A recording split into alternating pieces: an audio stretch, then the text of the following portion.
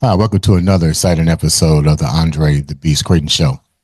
Today is another outstanding show. Let me take you down this rabbit hole. Conspiracy theory, almost. Imagine what it must be like to be a victim and then later be accused as the one who started the altercation. And more importantly, seeing your whole world get twisted upside down, almost like let's call it what it is, conspiracy theory. But let's use another word. Let's use control. Let's use targeted individuals. Today on the show, we have a young lady whose story is truly one that most individuals would find hard to believe. So I'm going to start this off like this. Listen with compassion. Put yourself in her shoes and ask yourself the most important question of all. What would you do if it was you? Today on the show, we have the new podcast that's taken the social media by storm. A podcast based on a true story from the best-selling book, Unveiling Shadows. The author is here today to tell us how all of this unveiling had come to life. I'd like to welcome Kimberly Mosby to the show. Welcome up, Kimberly. Thank you so much for having me. I'm so excited to be here. Let's start from the beginning. Who is Kimberly Mosby? Well, I am very self-sufficient, very independent. I grew up in Salt Lake City, Utah. I opened two companies. The company I still have is called Gateway Title Insurance Agency. So I've owned this company for 14 years. It's a real estate company. I put myself through school to get here, worked a full-time job, went to school full-time, raised three kids full-time by myself. And I worked for First American Title Insurance Agency, and I was their cash cow. But when the credit crisis hit in 2008, 2009, they wanted to cut my commissions and have me work 5 days a week and only get paid for 4. So during that time, I had built up my clientele. And so I went to my clients and I said, what do you think if I were to open my own title company, would you come with me? And half of them were like, you're crazy. And then the other half were very supportive. And they said, well, you can only go up from here because the market was already at rock bottom. And so I've been here for 14. I've owned Gateway for 14 years. So you sound like you created success. Let's put it like that. You created success. Now, I have 2 bachelor's degrees. Yeah. Yeah. So let's let's move forward a little bit. Okay. You write a book. Mm-hmm. How did the book come to be?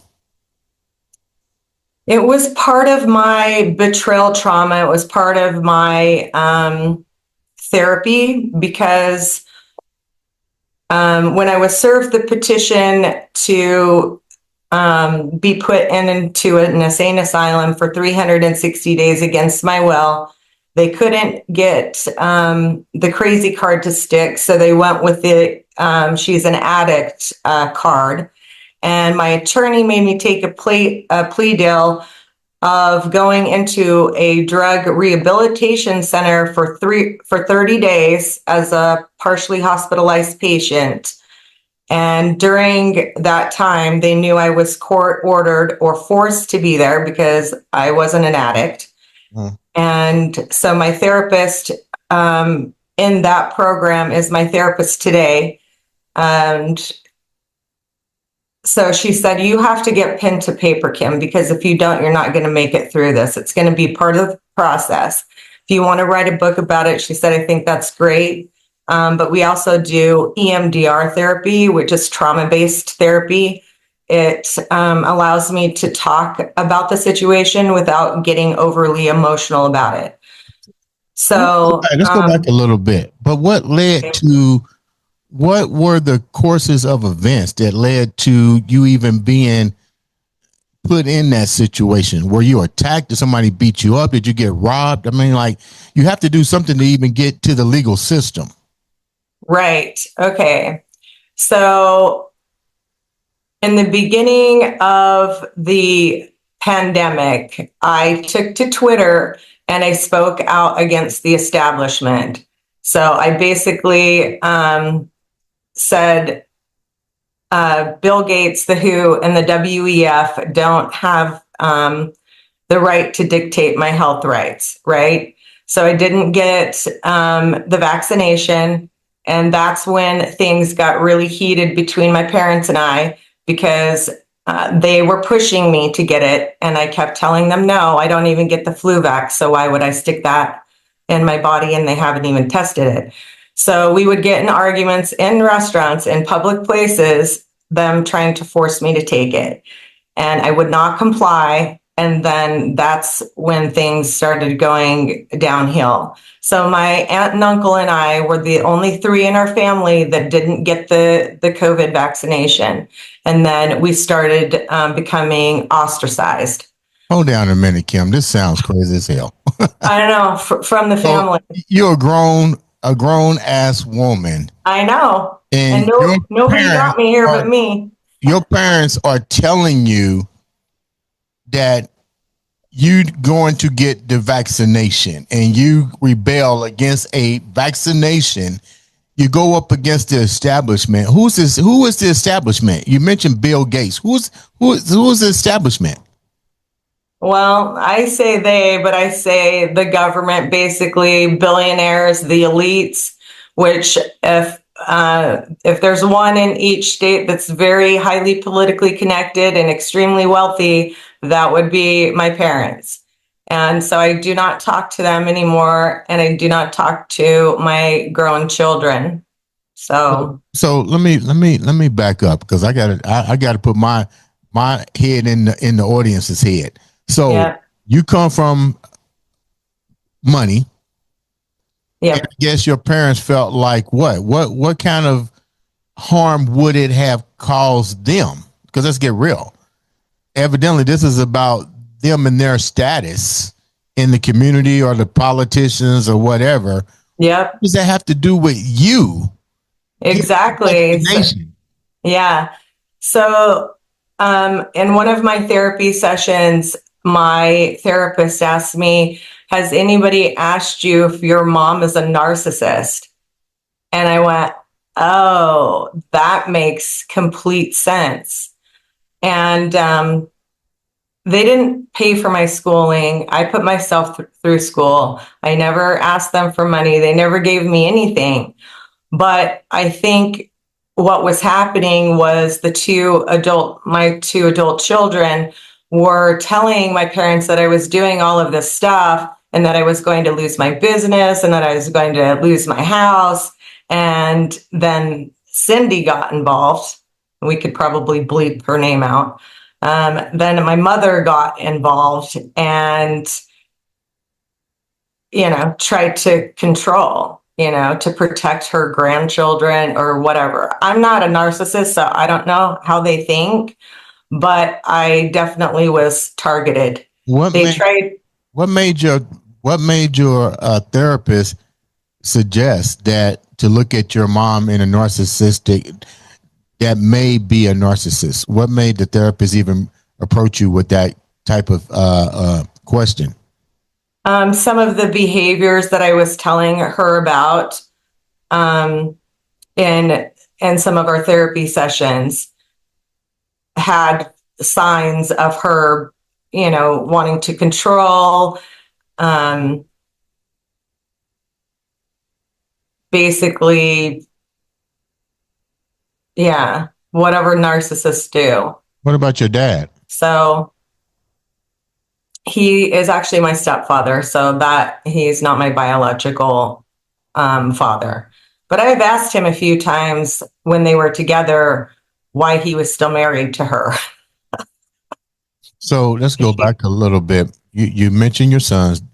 Yeah. Let's go back deeper. So okay, so you don't. I'm trying to keep everything in the line so people can understand the show. Yeah. So this all started with a vaccination, Yeah. political ties, money, and reputation. So how did you wind up? How did they use their political influences and money to even get you into the situation that you was going to have to be under confinement in a mental institution? How did that even happen in the system? Right. Okay. So if you're highly politically connected and you're extremely wealthy, they can reach out to the medical crisis outreach team, or they can reach out to the community outreach program, and every community has one. So we call them COPS, and they can tell those people anything about you that they want without actually coming to you and speaking to you directly. And the only reason I know that they've found that they reached out to the medical crisis outreach team is because I pulled my records from St. Mark's Hospital when they did take me to St. Mark's Hospital. And then I found that out at that time. Because what had happened was I was walking down an alleyway to go get a bicycle. I stopped between the alleyway and a guy's garage, and I just stood there because some of the stuff looked like my sister's stuff in the garage. So I was like, oh, that looks like Steph's stuff. And this guy came out, ran after me, like screaming, yelling. He put me in a headlock, slapped me across the face, and I ducked and got out. I ran down the street, the alleyway, and there just happened to be a police car coming by. So I flagged the police car down, and I said, I just was attacked in the alleyway by this guy. And they're like, are you okay? And I said, no. I said, I'm not afraid of too many things, but yeah, that terrified me. And so they went and talked to the gentleman because I said I wanted to press charges. They came back and turned it around on me and told me I was the one that wasn't acting right. And they said, you have two choices. You can go to the U of U psych ward, or you can go to St. Mark's Hospital for observation. What did they accuse you of? That you attacked him? They didn't accuse me of anything. They just said you're not acting right. So then they took me to St. Mark's Hospital. This is how far money can get you, okay? And politics, being very politically connected. And they kept me there for 9 hours. And I kept telling them, you're holding me here against my will. I want to go. You are taking away my civil rights, and I don't need to be here. So about the 9th hour, I ran out the door or tried to run.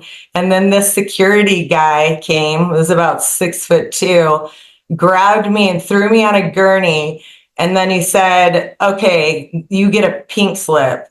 And I was like, what's that? And he's like, you get a blue slip. And I said, okay, which is it? I feel like I'm in high school. Do I get a pink slip or do I get a blue slip? And what is that? So then they transported me from St. Mark's Hospital to Lakeview Behavioral Center. And they kept me there for 24 hours. I had to go through some class. And then they gave me an MRI, and the nurse came back and said, "Oh, your MRI looks immaculate." And then they let me go. Why did they give you an MRI? Why did they give you a phone call? You didn't get anything. You just stayed. I got a phone call, and I called into the office and said, "I'm not going to be into the office today." And obviously we have caller ID. So the people at the office said, "Okay, we'll see you tomorrow," whatever. Why would you call the office with something traumatic like that happen to you? I mean, why didn't you call your parents or your brother or your sister or somebody? Well, because I already knew at that point my parents were involved. Like I knew it. So I didn't list any emergency contact on the paperwork with St. Mark's, but they ended up getting it, which is a violation of HIPAA. Like there's so many things wrong with our public health system, our law enforcement system. And yeah, so I didn't list anybody. I'm like, I don't know who to trust at this point. I don't know who's friend. I don't know who's foe, right? Mm. And so then I was released. So you get out of the confinement. That was the end of August of 2023. So that was just last year. Did you reach out to a lawyer or anybody? Did you? How did you even relate to your? What did you do? I mean, this is mind-boggling to me. I can't see somebody detaining me and me not contacting a lawyer for wrongful detainment, violating my rights. So that was the point. I knew that my civil rights were violated, and it took me a minute because I believe that most people do not know what their civil rights are and how to protect them and how to identify a perpetrator when they see it, as opposed to someone just telling you you're paranoid or whatever. So I ended up making a call to the FBI. I turned in a case federally. Then nothing happened, so I called the local FBI agency. Then I went down to see the FBI agent here off of Amelia Earhart Drive. And the agent that came down to talk to me after I told him everything that was happening, he looked at me and said, "Do you want to know what I would do if I've been targeted?" And I looked at him and I said, "What?" And he said, "I'd get a private investigator and do some forensic testing, take your water, if they were contaminating your water, into AURP. What's that? AURP is it's like a testing thing, like they test chemicals or do urinalysis or whatever. But I just looked at him and I said, "Okay, I already have hired a private investigator, and, and that's it." So then I was served a subpoena in September. So that happened in August. I was served the subpoena in September to appear in court for my parents serving, going to their commissioner friend. And that was to have my civil rights taken away for 360 days when they were trying to get me institutionalized against my will. So I went up to Huntsman Behavioral Center, which is where my court hearing was, which I thought was really odd. Like, why do I have to be not in a courtroom if I'm fighting for my civil rights? And when I was there, obviously my parents were there too. That's when I walked into the room and the commissioner saw me when it was my case time and said, "Well, you're obviously not here for mental health issues. You're here for drug addiction." And I said, "Well, I guess." And she said, "Do you have counsel?" And I said, "I've been asking for a public defender. I've been denied in my requests.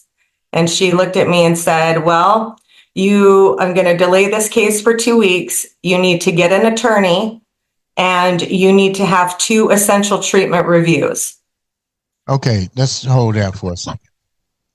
This sounds truly like A nightmare. sounds more like an X-File case. Yeah.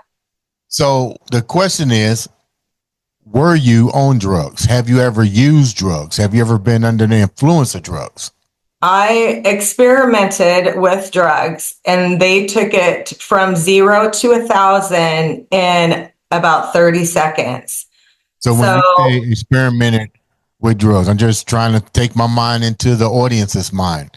Yep. Now you're being accused. Let's call it what it is, accused, not guilty. Yeah. But you openly are saying that you have experimented with drugs. Were there any type of drugs that would validate your parents requesting that this takes place? Like we hear things about weed. People say, oh, weed doesn't cause this. We know different things with psychedelics and hallucinogens and so forth. What kind of drugs were you experimenting with? Because I know the viewers are going to ask. Yes. So I have experimented with psilocybin, which is mushrooms, and they have thousands of tests on the benefits of microdosing. So I'm not a person that's not going to be honest with someone. So if they ask me, well, did you experiment with methamphetamine? And I say yes, then that was probably the cause for their concern. But I think that they should have, talked to me about it instead of jumping to conclusions and then telling people behind my back stuff that I didn't even do. So did they try to say that the situation that happened in the alley, because this is where it really started at, to be honest. Yeah.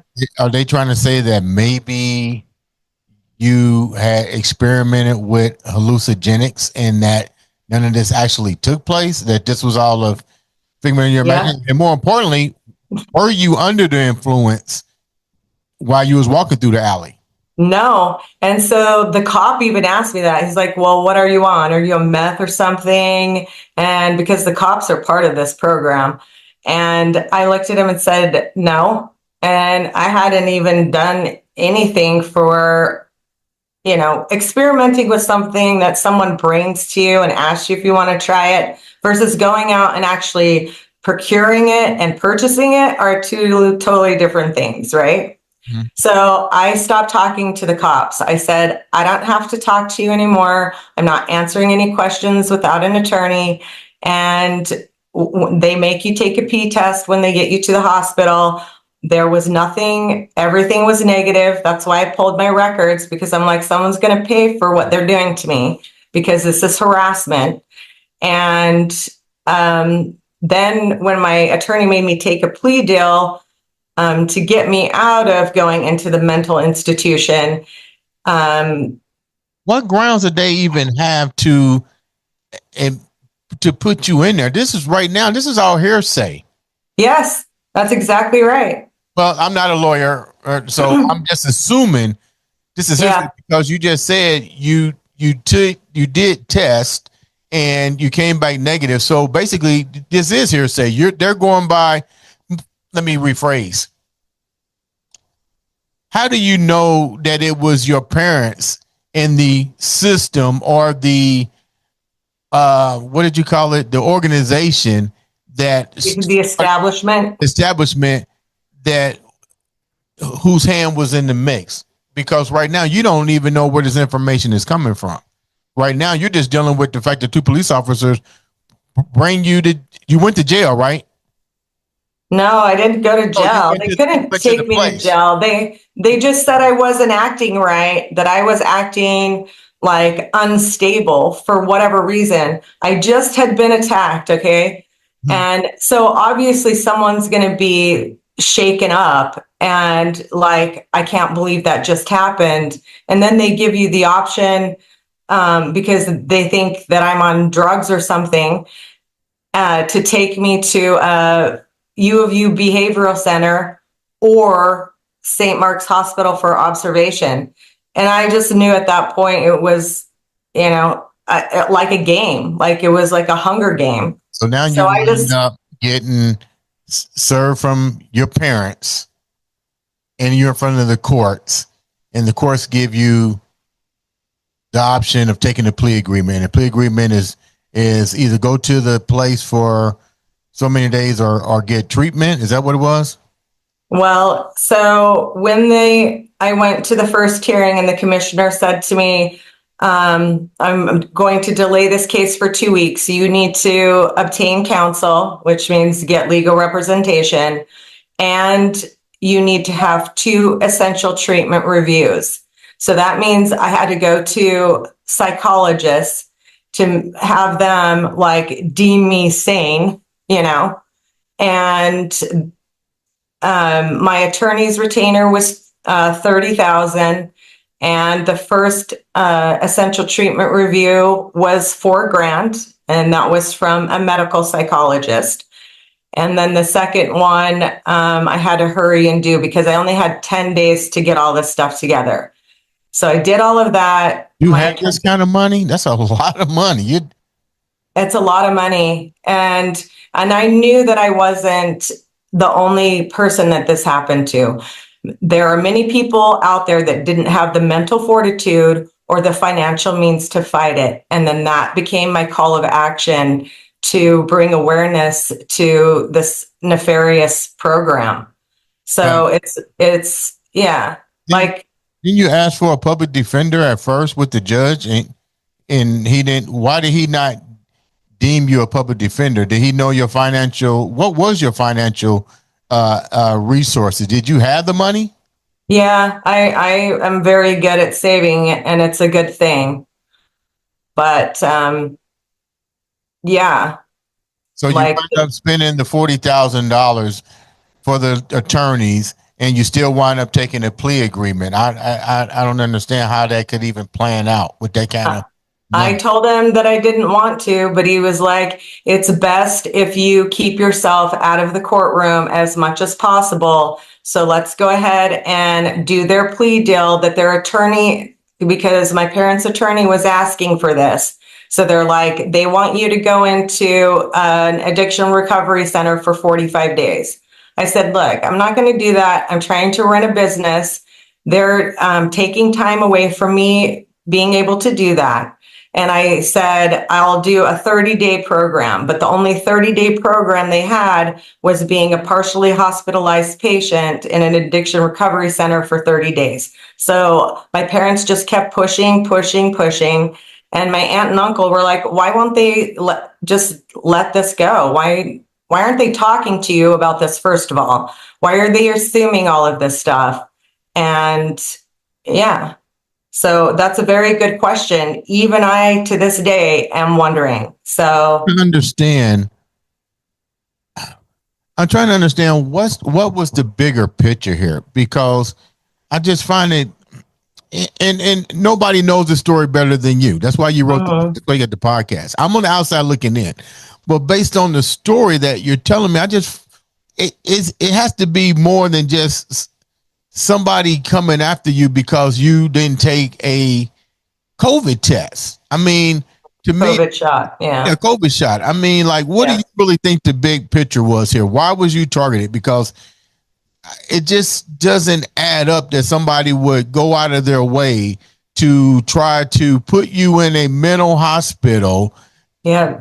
Prove to the judge that you have an addiction, unless you have an addiction, which you clearly say you don't have an addiction. Mm-hmm. Out of your own mouth, what do you think is the real underlying reason that you were targeted? Because average people will be like, it's got to be something more than just getting the vaccination. Are your parents afraid you're going to take some money from them?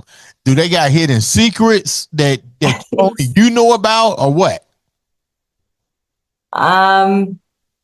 They wanted, I think that they knew during this process of not complying, okay, they wanted me out of the way. and they wanted me to STFU, and I would not do either. What?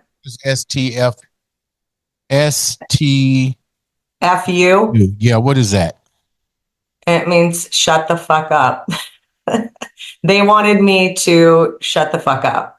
But shut the fuck up for what? What did you have on them that they wanted you to shut up? It can't be just a COVID shot. Right? I'm not sure. But I wouldn't comply, and they were trying to make me. And if one of your parents is a narcissist and you're not doing what they want you to do, then they're going to force you to do it. And they'll take any means necessary to do that. Do you have? And so I got a good therapist and a book out of the deal. So I had to remain positive about the whole situation. And instead of calling it group therapy, when I would have to be there 4 hours a day for 30 days, I referred to it as class, and tried to get the best, tried to remain optimistic and learn stuff during the process. What do you think? I mean, when you say shut the fuck up, I mean, you've been in therapy long enough and working with your therapist and stuff. I mean, yeah. And so that's the thing. I've been in therapy. None of these other people go to therapy. And the reason I was in therapy is because I lost my daughter 9 years ago to metastasized breast cancer when she was 23 years old. And I took care of her and watched her suffer for 4 years while taking care of her until she passed away. So if there were any time in my whole life that I was going to become a drug addict, it would have been after I lost her. is that what they was trying to use against you? The fact that you had lost your daughter, and that was the reason why they suspected that you may be under the influence most of the time? That's a possibility.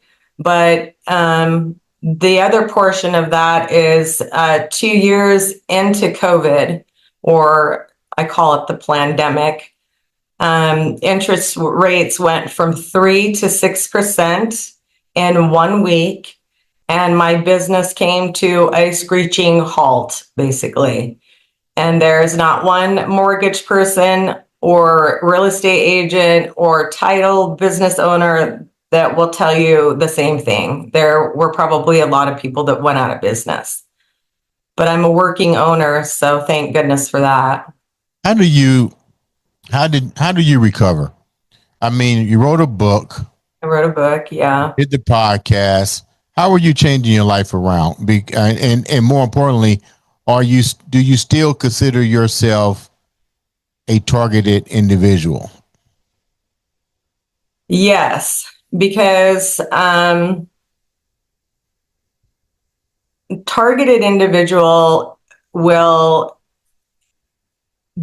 use several different modes. So they'll do 24/7 surveillance. So if these people, if they reach out to the community outreach program, and they'll tell you that this person's on drugs, she's crazy, she's not mentally stable, they'll tell them whatever. So with the 24-hour surveillance, the physical attack in the alleyway, they'll do targeted noise harassment with like really loud mufflers to try to intimidate you, to get you to break emotionally and psychologically, which is what I told that private investigator. I said, look, I'm a target. They are trying to basically break me down mentally. And I said, do you know what that's like? They do it in the military all the time.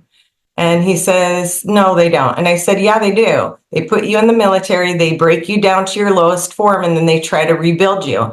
And I'm here to tell you that there is not one or very many military personnel that could have gone through what I have gone through and come out the other side okay. Before we wrap up, Mm-hmm. I'm still trying to get a little bit of clarity. Why you? Why were you the targeted individual? That's what I'm trying to get some clarity on. Why do you think it was you? You said you shut the fuck up. That's deep when somebody says shut the fuck up. But Yep. all these people in your family to Turn against me. turn against you, It did. you gotta have some ideal of what the bigger picture. I mean, this almost sounds like Aaron the Mendez murders. The only difference is there's no murder here. I mean, is it Yep. protecting the family wealth? Are you going to destroy their wealth, their finances? I mean, what do you really think it is? My uncle, which is my mom's youngest brother, said to me on the phone, he said, I could see your mom doing that. Like if your two kids were telling your parents that you were using drugs, then I could see her saying, well, no kid of mine is going to be on drugs. And I said, but that's the dumbest decision ever. I said, because once you do that and you serve me a petition to have me put away in a mental institution for 360 days against my will, that court record is public documentation. And I said, and these people didn't even come and talk to me, but everybody turned away from me. Like they wiped out my whole inner circle.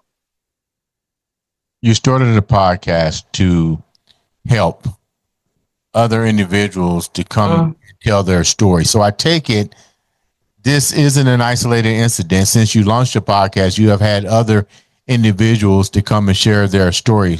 How widespread and is this? And I'm not going to say it's ridiculous because it can probably happen to anybody. So I'm not going to say it's ridiculous. Yeah. Everybody has a different story, and I'm pretty sure they shared that on your platform that you have called Unveiling Shadows Podcast. But how rampant is it now that individuals are being targeted, and what are some of the reasons that people would be targeted? So I think that during my research, there are over 240 websites about being targeted individuals, being part of the government targeted program. It has to do with PSYOPs, COINTELPRO. And I believe that probably 75% of the population, they don't know that they're targeted, even though they are. They just think that their life took a really bad turn or many bad turns. And so I tell people there are two things that people can watch to get a better grasp of my story. There is a Netflix series called The Program, and it's about a 3 hour, one hour for three, 1 hour series for three series. And that the program is basically where parents are told that their children are on drugs. They're coerced into putting these children or teenagers into these institutions where they're abused physically, mentally, verbally. And that ends up back at a billionaire's ranch in the state of Utah, in southern Utah. And then they could watch the movie called I Care a Lot. And I Care a Lot is a true story about asset stripping, but they're doing it to elderly people who are fully sufficient. These people will go in, lawyers will go into the court. They'll get granted executor of the state because they're telling the court or the judge that these older people don't know what they're doing. They're suffering from dementia. Yeah, And then yeah. they'll be granted executor of their estate. They can sell off all of their assets and then put them into an old folks home. So if people on this podcast are listening, if they watch those two movies and you combine them, then you would understand my story. You know what? I find it. I'm not gonna say I find it hard to believe because A lot of people say that. Hollywood puts it out there in plain sight. I've heard of the asset Yep. stripping with older individuals.